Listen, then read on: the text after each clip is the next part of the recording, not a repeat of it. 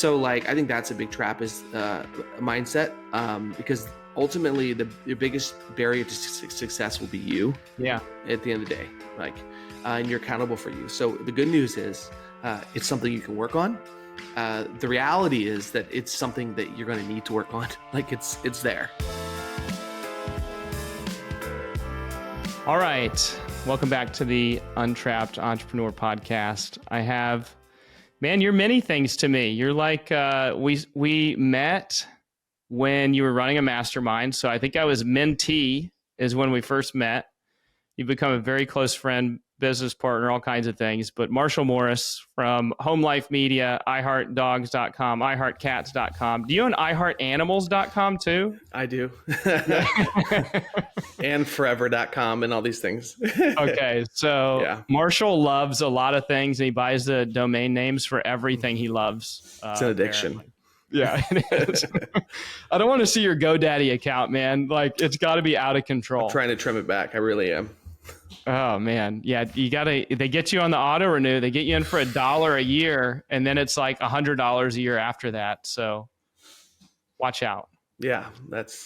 We're working on that. My buddy has his is like 100,000 a year. His GoDaddy. Yeah. So I'm not that bad. It's a beat down. I get an email every day from GoDaddy, and I've got to go in and unsubscribe. So iHeartDogs, Home Life Media, very successful company. And we do talk about success on the show. We also talk about all of the landmines, the potholes, the traps that you may have run into along the way. But I was going to ask you to give your intro, but you know what I did instead? Do you know? You don't know because I didn't tell you, but you might be able to guess. I'm all here. Okay.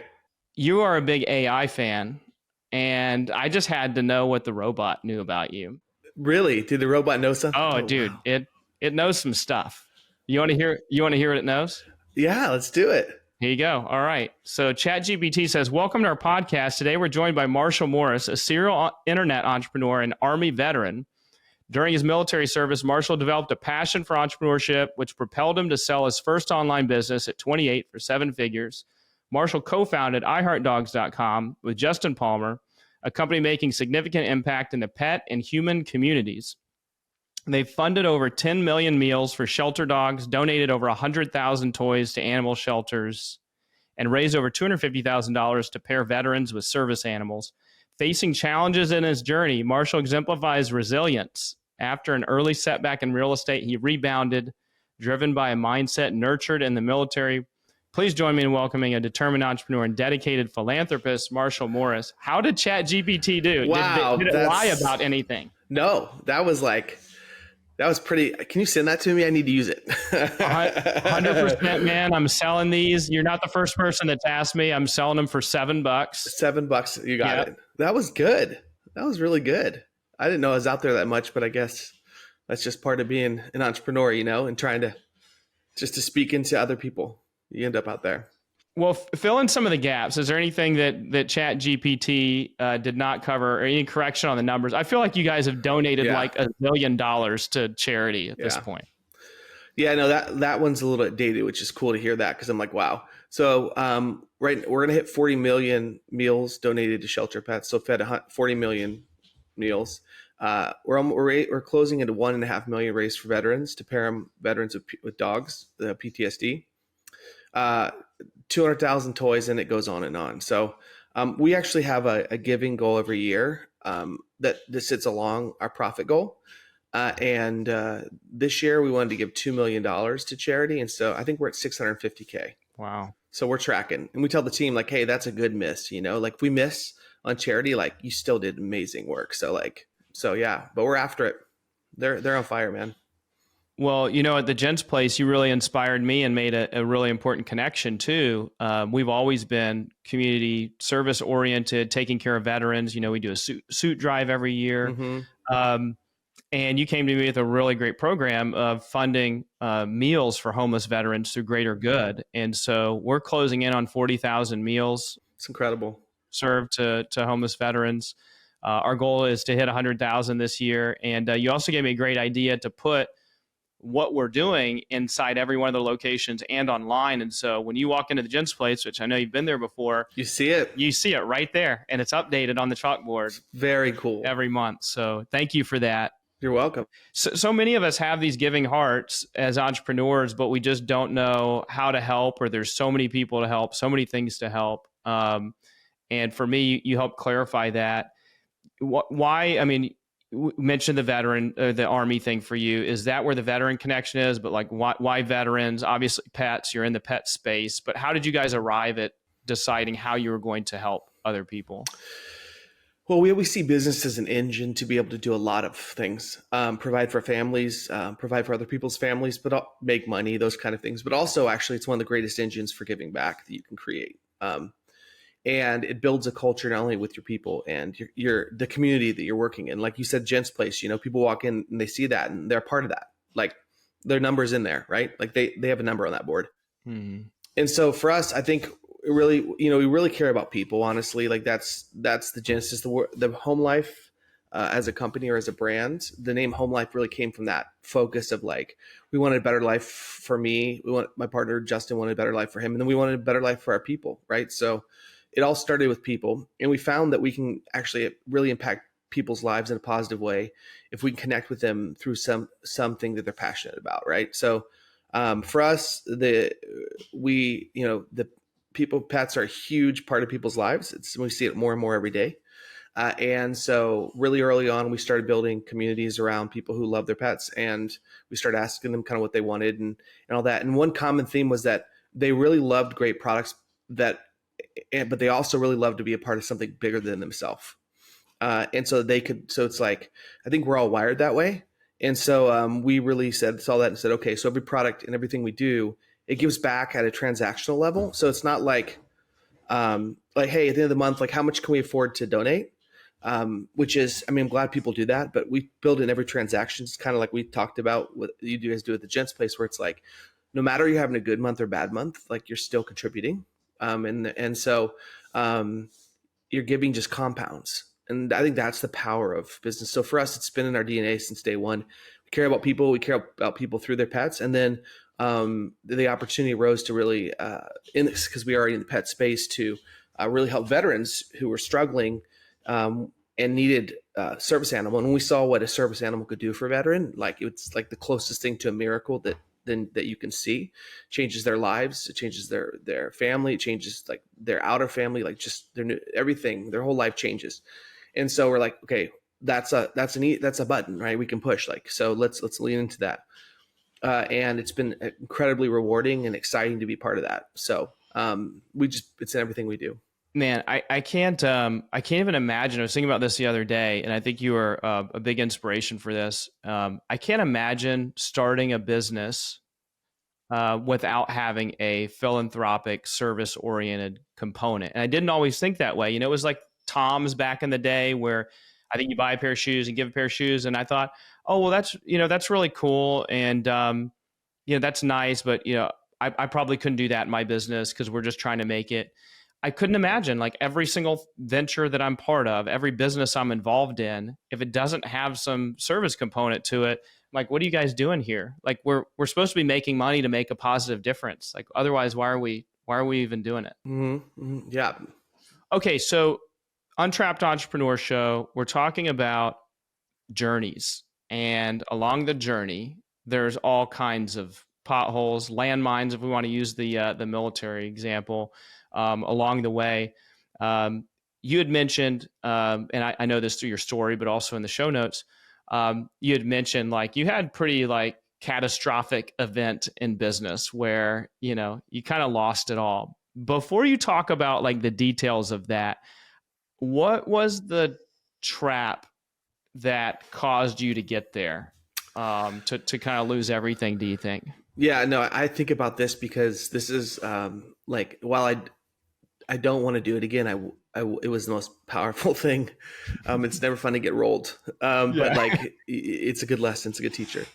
So I think the trap for me was like oversimplifying like business itself. So like a lot of times we'll work in a business and maybe as an employee or something like that. And we look at it and we're like, dude, I could do this. Like, and I can make this, like, I'm already like, I'm making it happen here. Like, why can't I do this myself? I think underestimating the complexity of businesses and actually what it takes, and really understanding business acumen, like finance, accounting, profit, these things like that. And so that was a big part of it, was like, hey, I was like, well, shoot, like I'll just throw money at something. And like, it seems like it's working for this guy that I'm working for over here, but it was actually not. It was far more complex. And so, I kind of oversimplified what I thought it took. And so the trap there for me was like not really having the full picture. Just looking at like, oh, well, there's money coming in, so you must just throw money at it and money comes back out. Was it like, how hard could it be? That kind of mindset? Yeah. If this guy can do it, I can do it. Can't be that hard. Yeah. And see this all the time. Like you see this with employees too, like, man, like they don't know what they're doing. The boss doesn't know what they're doing and they're idiots or something like that. And actually, usually that's not the case. There's a lot you don't know about. There's a lot of intel that you don't have. And they're there for a reason, like they did something, right? So I think that lesson was just, you have to be careful what assumptions you make about, especially as you look at a business, you look at other peers in the business or other people in the business. I think that trap, actually, I've run into that quite a few times, where you look at a business, you're like, I could do that and I'm going to do it. And then you're like, oh, wow, this is like a lot more heavy lifting than I thought. So I think that was the biggest trap for me during that season. What happened when you fell into that trap? Yeah, it's funny that when you talk about 2008, if you lived through that, a lot of people have a similar story. Because, with real estate being such a big part of everyone's lives and everyone being so connected at some level, most Americans, they felt some impact from kind of the fallout. So for us, it really was like same thing. Like I was doing really well at a business. I'm like, I can do this. It was in real estate, mortgage, and things like that. And I'll do my own thing. Like I'm like top producer. Let's go. And I convinced my wife, who was my girlfriend then, to like, hey, let's just quit our jobs and do something. Like we're gonna kill it. I was like, all right, let's do it. So we did it. Like we started to see some traction, and literally 2 months after we launched, the whole market fell apart. Like everything froze. Everything like right in the middle of it. So there's really nothing you could do about that. And I spent the next year just trying to put the pieces together, trying to figure that out. But didn't take a job, didn't do anything, just kept trying to make it work. And it was already dead. Like it was already dead. But I hung on for a long time. And so I just kept borrowing money to hang on for a long time. And so eventually it gets to the point, I think, where it's like, there's a breaking point, right? Where you're like, all right, like there's no more money I can borrow. Like I owe everybody money and I'm like, behind and all this stuff. And for me, that was a humbling moment, because it was like, all right, like you got to go get a job. And my ego didn't want a job, because like I was king of the castle for a while. I felt like that, like, hey, dude, I can do anything I touch is gold, right? And it's not true. That's not true. So I got a job. The next job I had to just literally, we had no food, we had nothing, so like broke. So it was like, okay, somebody has to do something. My wife got a job at a bank. And then I got a job. The only job I could find first was like construction. And I think I was making like $7 an hour. It was like painful. So I would drive up in a car that was brand new that I couldn't afford. And I just swing a hammer all day for $7 an hour. Mm. And that was pretty humbling for me. Like I got a whole humble meal from that thing. And then I think it just realized like, okay, like our success is a byproduct of a lot of events. It's timing, it's product, it's market, it's customer, it's brand. Like there's a lot of factors that you control, and there's a lot of factors you do not control. Like I couldn't control the markets, right? Like there's nothing I could have done. But I can control like what I learn, what direction I go in, what skills I have, these kind of things. And so it really taught me that like there's a lot of factors you can't control. So you have to be able to adapt to what's going on and live in that reality. Because for a long time I just hung on, like I just like hung on to it, and like, hey, I can make this work. Like I'm good, but its reality is like that no one could have made it work. No one made it work for a couple years, right? So I think that's through that story, really, it's like there's the lesson of just there's a lot of lessons, but I think there's factors in your control and factors out of your control, and you got to be honest about both. You also got to know when it's time to like adapt. And that's a muscle from that day. We've really built that up, and we've made sure that all our team members now are crazy adaptable too, and that served us well during the last few years with all the craziness that's happened. So you got out of that. Did you move in with mom, dad, like brother, sister? Oh yes, yeah. So like I asked her dad. He's from Italy, like Italian guy. I married his daughter. Then I asked to sleep on his couch like 6 months later. I remember telling me at dinner, I'd be like, I sat down. I was like, he was self-employed. He built sniper rifles. Like I told you this. Owns his own business, works every day, like just hard worker, smart guy. And I remember sitting there and I was like, I want to be self-employed too. Like that was the badge, self-employed. And then 6 months later, we were like sleeping upstairs on their futon. But they gave us a really good place to fail too. Like they didn't chastise us. Like they were really good about like, all right, like you'll figure it out.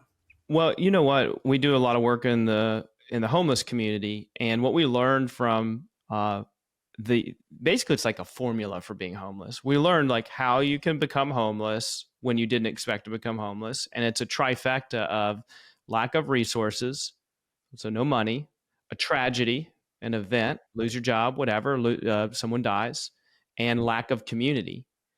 And if you have all three of those things, you can find yourself very quickly homeless. And you had lack of resources, tragic event, but you had community. You had father-in-law, you had your girlfriend, now your wife. But man, if you didn't have that, right? It's like people talk about we're just a few steps away or a few degrees away from that experience. And you're pretty close to that, man. So yeah. The first 6 months of that, we had actually moved to Arizona, and it didn't have a community.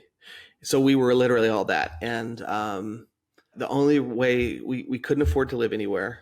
And the only way we actually made it there is they had a house there. They let us, like mother-in-law, like would just like knew we were having a hard time. So she wouldn't ask for rent, which was just incredible during that time. But now I look back and I'm like, what a dummy. Like if I saw myself, I'd be like, get yourself a job. Like, what are you doing? But yeah, no, I think that's so true too. And I think that when we came back, one of the things that changed my life is like I got connected to a mentor who was extremely successful and wealthy, but really down to earth and had a really great moral acumen. Like he had a level head, was very successful and just wanted to see me succeed. And so that community itself really took me out of that place and helped me rebuild. So you're right about that. It's like incredibly important. Yeah, so close. Some of us have had those experiences, and I certainly have. And Lauren, we're laying in bed at night, and I'm going, we don't have anything left, right? We're renting a house. We have borrowed all we can borrow, and we have no health insurance for our son, who's had multiple open heart surgeries. Health insurance is running out. I was running off of a Cobra, and she's like, I'll get a job at Starbucks. And I go, well, but I can't watch the kids because I'm growing the business. So she got a job at Starbucks where she went there 4:30 every morning and got off at 11 a.m. to get health insurance so that I could work from home and get the kids ready and everything at 11 a.m. Like it's tag team and I'm out the door and trying to run the business. Some people don't have those experiences. Maybe they got lucky or they were 10 times smarter than both of us, whatever happened, right? And they're running a business, yet they're stressed out. They're not spending the time that they want to spend with their family. They have anxiety. They're taking pills. They're panic attack, all kinds of things, right? There's other traps that you can run into besides just losing everything. As you dug out of that, you've built a very successful multi-million-dollar business. You guys are donating millions of dollars a year to charity. There's new traps that pop up, right? There's other things where you go, okay, I got to make sure I don't fall in there. Does anything come to mind just kind of where you are right now or over the last several years that you've been, quote, successful from, outside world looking in, that you have to check yourself and go, Marshall, don't do that. You got to watch out for that? Yeah, no, I think one of the things that actually took me a while to break through that I kind of picked up in that season was a fear of failure. I think that when we have hard times, like we build a reaction to failure in however we define it.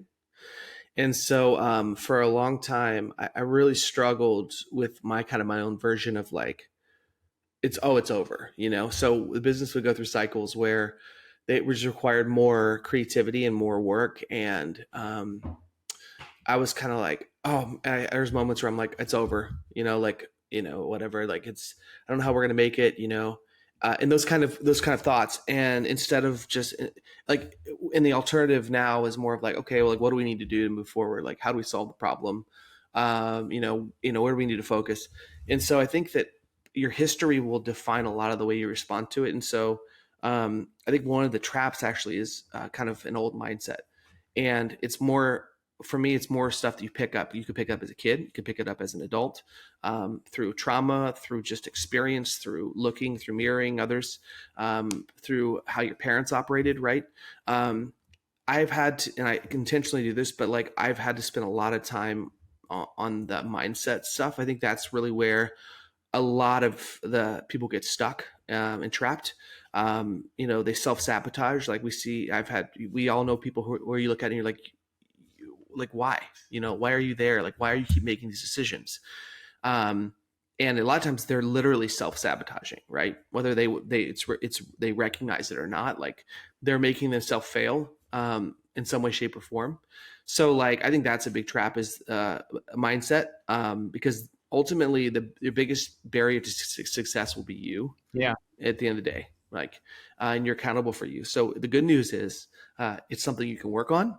The reality is that it's something that you're going to need to work on. Like it's there. Like we all have some kind of feedback loop or wiring or habits we picked up that are not serving who we want to be.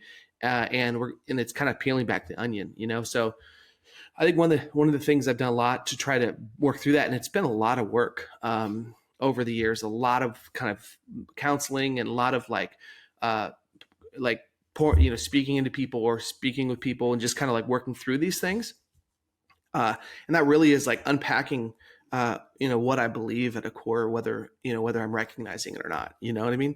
So I think from a mindset standpoint, like we are a product of our past, but that doesn't have to define our future.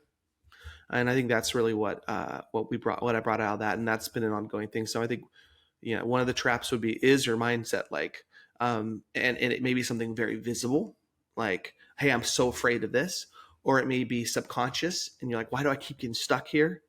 But certainly it's definitely one of the things I see the most with people who they're in something that can grow and for some reason they can't figure it out. Usually it's that component. Mm-hmm. Makes sense.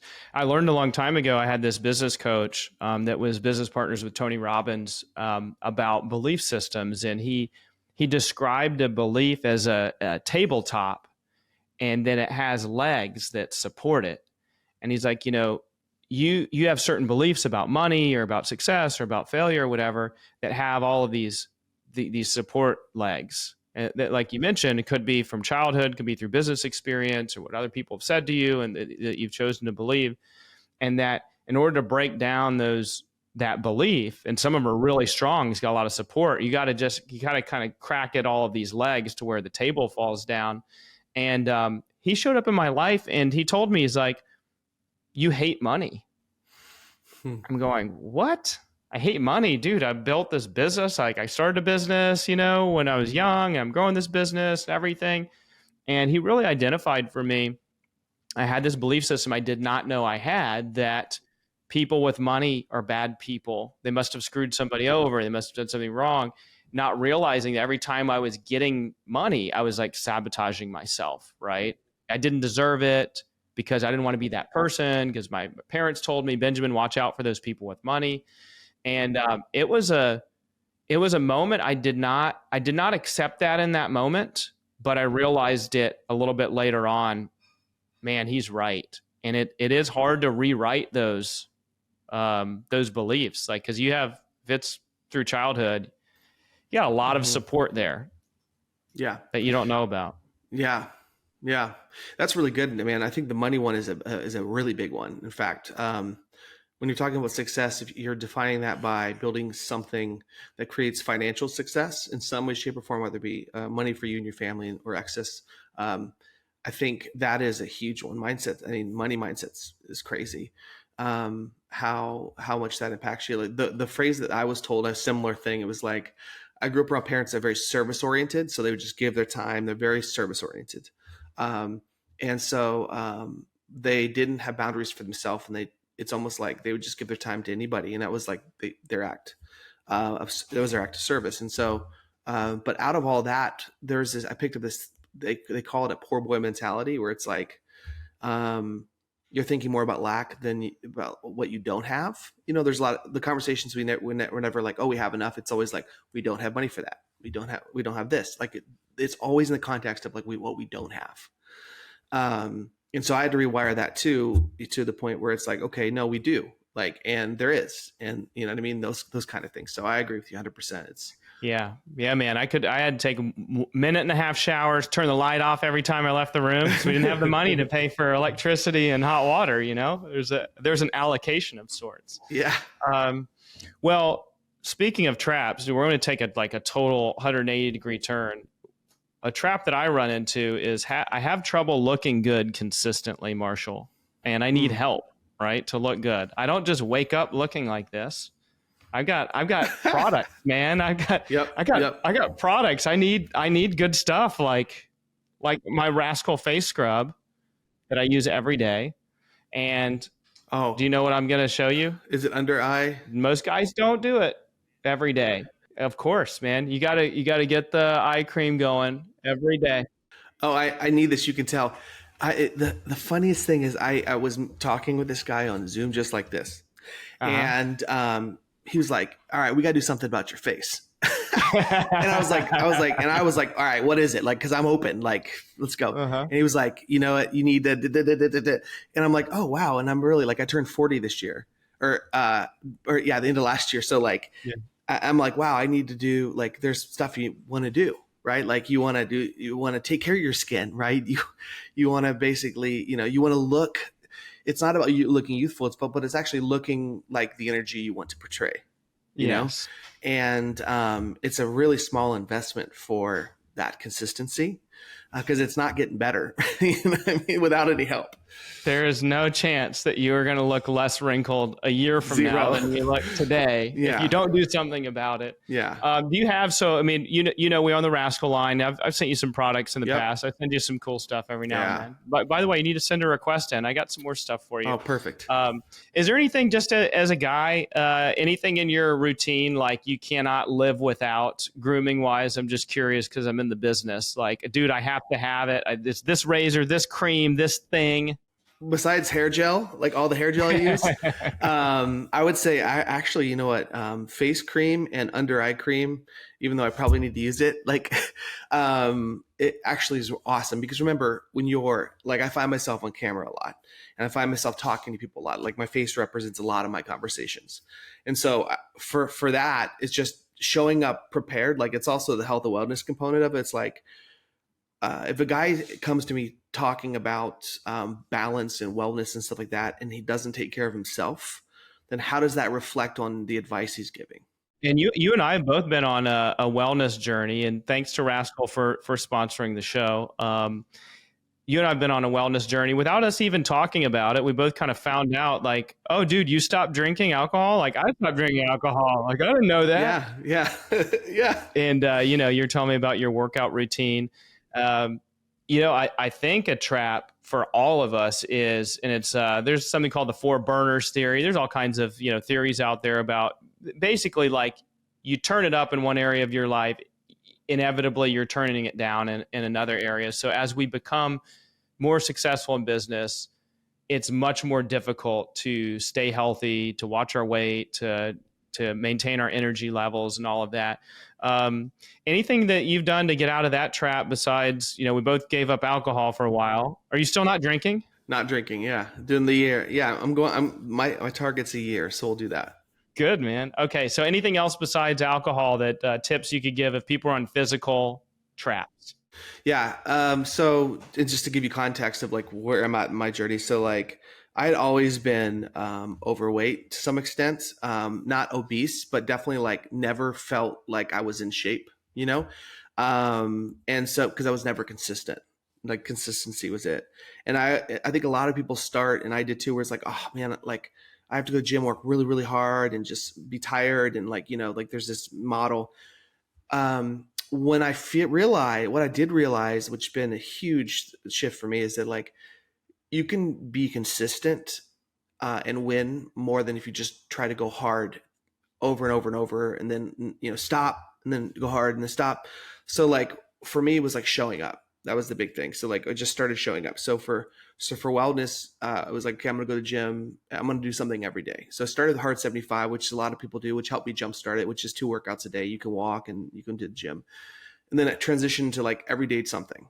Like so like the other day I went for a walk for a couple miles, like just outside, enjoyed it, right? It was enjoyable. It wasn't like crazy gym time, like, bro, let's do this, and then today I went to the gym and lifted, right?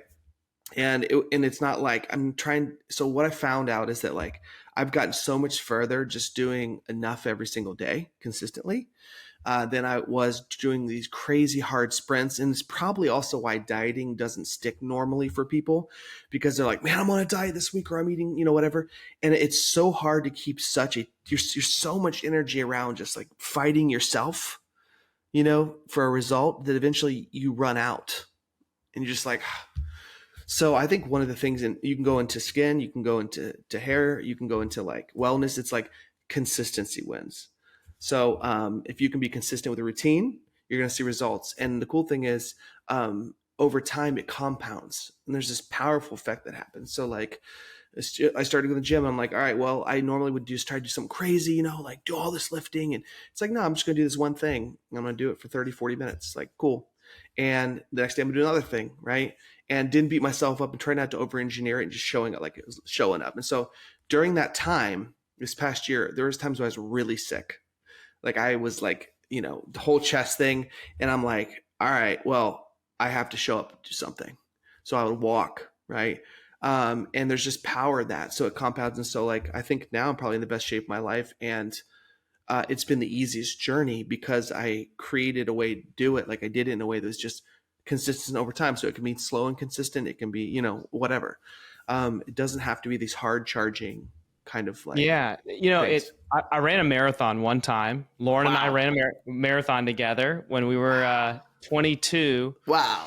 And you made me think of this spectrum, right? Of like, go hard is on this side, go hard, lift, do all that, right? And then like do nothing is on the other side. And neither one of those are sustainable, right? But there's this place in the middle. You just kind of reminded me of in my marathon days, one marathon, is just don't stop. Like that's that we were taught from the trainer is don't stop. Like if you need to walk, go from a run to a walk, a run to a jog to a walk, just keep walking, keep moving, right? And so like you may not go and like, try to hit your bench press max every day. You just go to the gym, just like get up and go and do something. That I will tell you, man, it's a very humbling experience when you are like 5 hours into a marathon and an 85-year-old woman blows past you because you were refusing to stop. You're doing your walk. And it was a running motion with my hands, but my legs were going like really slow, but wow. It was very humbling. But yeah, just, that's what hit home with me. What you just said is like, just don't stop. Just keep consistent. Yeah. Yep. And I think that's where people get stuck. And we actually I look back and my wife talked about, we have friends who will ask her, she's been in a journey of health too for a long time. And I think she's probably in her 6th year of just like this, just doing it. And it's just been consistency, right? Like one day she's like, I'm going to be consistent. And you look back and you're like, so thankful you started, so yeah. And I do think that, and I was talking about this the other day, there is, what we should do for health is a lot of times influenced by who is the loudest online or who is the most we see as the most successful. And then we go, okay, well, what do they do? And a lot of times it's like they'll have crazy routines. And sometimes works for them. But you got to find your own rhythm. You got to find your own, like what works for you. And if you can do it consistently, you're going to win. Like that's at the end of Well, the it's the day. same thing in business too. You see Gary Vaynerchuk, nothing against Gary V, but like that's not my style, right? I'm not like, and Damon Johns, I think, put in that bucket. Rise and grind, rise and shine every day. You know, you got to act like people are out to kill you at any given moment, and you're in like fight, flight, or freeze mode all the time. But that works for Gary V. Seems like it works, right? Successful business, everything. Then you have the lifestyle entrepreneur, Lewis Howes, right? Or the Tim Ferriss, work 4 hours a week. Yep. All these guys are, quote, successful, right? They've made it financially. Maybe there's varying levels of success in different parts of their life.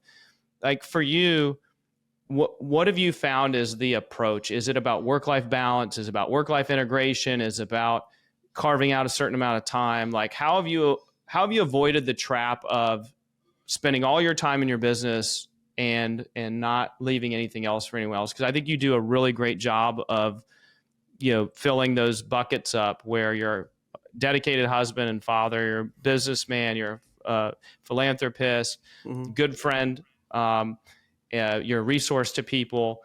What's your approach or your mindset when you're telling yourself how you make all of that happen? Yeah. So what I've had to do is I just literally have to extract what I see online. Like I turn everything off. I tune everything out to like what people are doing, because that will influence you in a way that may not be your own. Right. So it's like, all right, look, everyone has their own rhythm. Like, okay. And it really comes down to priorities. Like what's the most important thing to you? And then how do you live into that? And managing energy is a big part of that. Right.